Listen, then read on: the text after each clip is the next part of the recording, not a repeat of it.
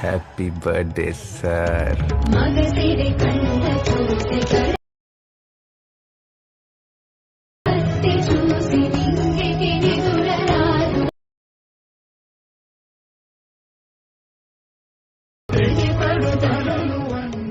তো তোমাদের ভিডিও কেমন লেগেছে অবশ্যই একবার কমেন্ট করে জানাবে।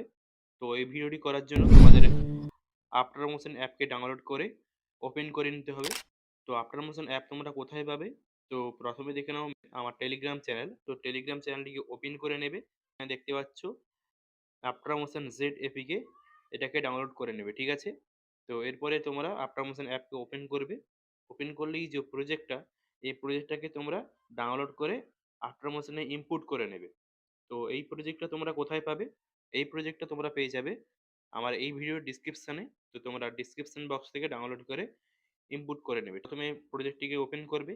ওপেন করার পর তোমাদের সামনে কিছুটা এরকম ইন্টারফেস চলে আসবে। তো তোমরা এখানে দেখতে পাচ্ছ লিরিক্স। তো দুটো লিরিক্স এখানে আছে। তোমরা চাইলে এখানে ওভারঅলে ভিডিও সিলেক্ট করতে পারো। ওকে।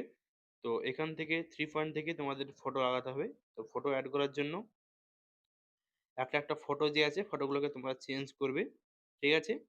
তো এরপরে তোমরা দেখতে পাচ্ছ একটি ওভারলে ভিডিও এবং ফটো লেয়ার আছে এবং এইচডি লেয়ার আছে, ঠিক আছে? এইচআরডি লেয়ার আছে। তো এরপরে তোমাদের একটা একটা করে ফটো চেঞ্জ করতে হবে।